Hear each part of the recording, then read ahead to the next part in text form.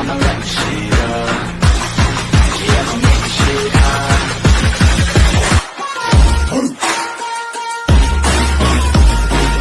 Light the shit up.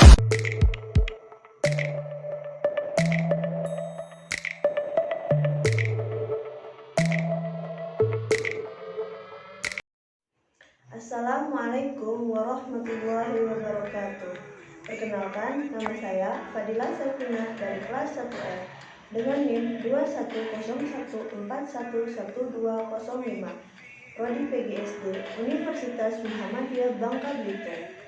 Dalam kesempatan ini saya akan membahas tentang ulasan atau teks resensi novel yang telah saya baca yang berjudul Surat Kecil untuk Tuhan. Dilaksanakannya resensi novel yang telah saya baca ini untuk memenuhi tugas ujian akhir semester dengan mata kuliah Bahasa Indonesia dengan dosen pengampu Ibu Nurjanah MPD. Pasti dari teman-teman masih ada yang bingung, apa sih resensi itu? Resensi itu adalah kegiatan menilai, membahas, mengkritik, atau menggunakan kembali isi yang ada di dalam sebuah karya dengan cara memaparkan data sinopsis, dan kritikan terhadap karya tersebut. Dan biasanya tujuan dari resensi itu agar membantu pembaca untuk paham gambaran serta penilaian umum sebuah hasil karya dengan ringkasan, memberi pemahaman serta informasi dengan komprehensif dan pembaca mengenai karya yang diresensi. Nah, seperti yang saya bilang sebelumnya, di sini saya akan meresensi sebuah novel yang pernah saya baca. Yang pertama adalah Identitas Novel. Judul novel Surat Kecil untuk Tuhan. Pengarang Agnes Davanor, penerbit Inandra Publishing. Tahun terbit Agustus 2008. Kota terbit Jakarta. Tebal buku 220 halaman. 2. Sinopsis novel. Novel ini mengisahkan ulang cerita pilu seorang gadis bernama Keke atau Gita Sesawanda Cantika. Ia terkena penyakit yang terbilang langka bernama Rhabdomyosarcoma atau yang dalam bahasa awam dikenal dengan nama kanker jaringan lunak. Keke sendiri merupakan pasien pertama di Indonesia yang terdeteksi terkena penyakit tersebut. Hal ini menjadikan kisahnya sangat mengunggah. Keke divonis terjangkiti penyakit tersebut di usia 13 tahun dan hanya dalam jangka waktu 5 hari saja. Kanker jaringan lunak tersebut perlahan merubah wajah belia Keke. Ia menjadi seseorang yang tak dikenali lagi sebab wajahnya menjadi sesuatu yang tak elok dipandang mata. Bagi anak-anak, mungkin wajah Keke tersebut akan dipanggilnya rupa monster.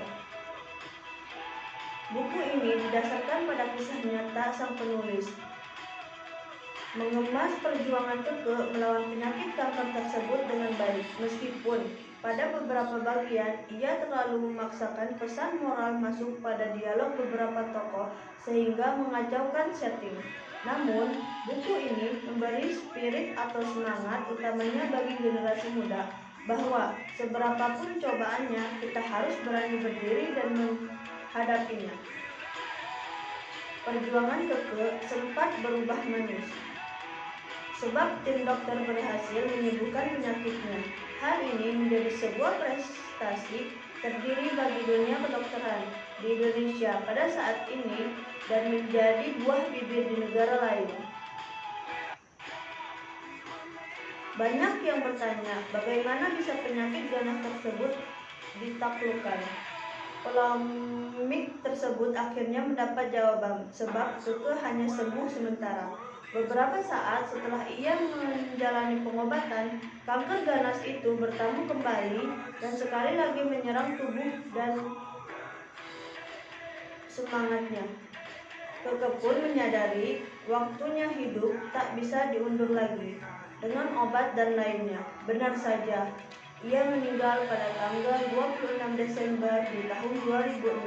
Sebelum meninggal, ia sempat menuliskan surat-surat ini kemudian yang mengalami pemilihan judul Surat Kecil untuk Tuhan. Berikut petikan surat tersebut. Andaikan semua dapat terulang kembali, tetapi pernahkah Anda berpikir tentang itu? Pernahkah Anda mengira-ngira apa yang akan terjadi jika semuanya dapat terulang kembali? Dalam novelnya ini, Agnes Devanor menerapkan makna sebuah waktu dalam kehidupan di dunia ini. Kisah nyata, gadis berusia 13 tahun bertahan hidup dari kanker ganas paling mematikan di dunia. Inilah isi surat yang dituliskan oleh Keke.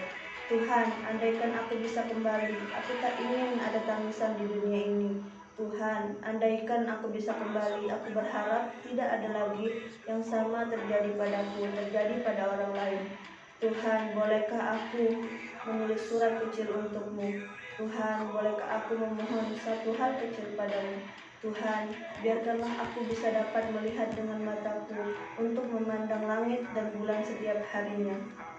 Jika dipahami, novel ini memang menarik, bukan hanya berbicara persoalan derita seseorang, tapi juga memperlihatkan sebuah perjuangan sekaligus kepasrahan pada Sang Pencipta. Penulis novel ini berhasil menyampaikan kisah Keke dengan baik. Selain Keke, tokoh lain di dalam kisah ini diantara lain adalah ayah Keke sendiri, sahabat-sahabat Keke yakni Fada, Maya, Siva, Ida, dan Adini. Ada pula Dr. Andi, Dr. Muklis, Andi, Pak Ius. Karena itu, berdasar pada kisah nyata, maka tokoh tersebut semuanya nyata. Mungkin hal ini yang membuat watak para tokoh tergambar dengan jelas.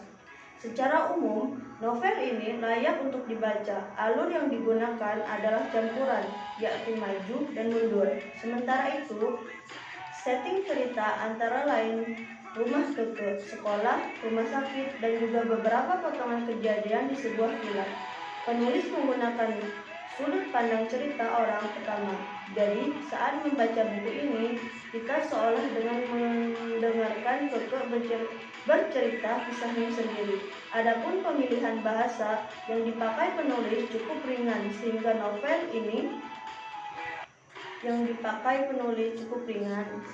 novel ini bisa dibaca untuk umum. Novel ini juga banyak menyisip nilai moral dan nilai agama.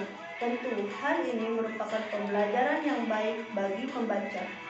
Dan yang selanjutnya ada penilaian dalam resensi yang saya baca.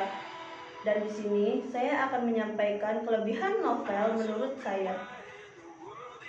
Keunggulan dari novel Surat Kecil untuk Tuhan karya Agnes Devanor yang telah saya baca ini terletak pada gaya bahasa yang digunakan dalam alur cerita ataupun dialog-dialognya.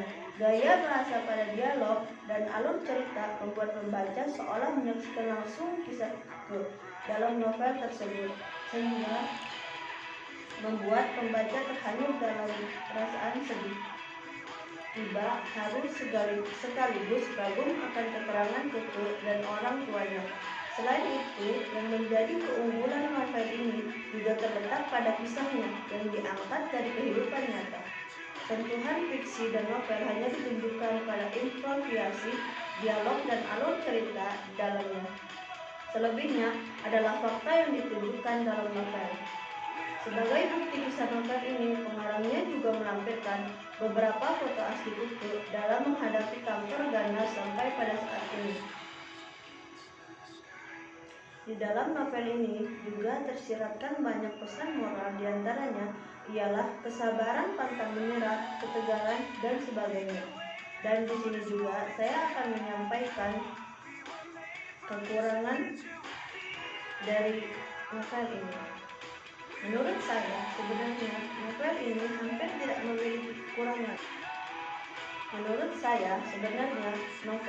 hampir tidak memiliki kekurangan.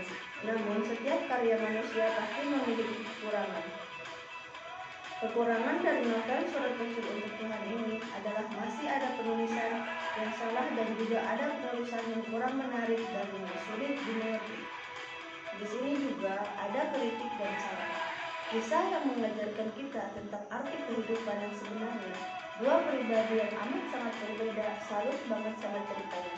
Pokoknya yang belum baca novel Surat Kecil Untuk Tuhan, ini harus kalian baca karena sangat bagus dan mengharukan.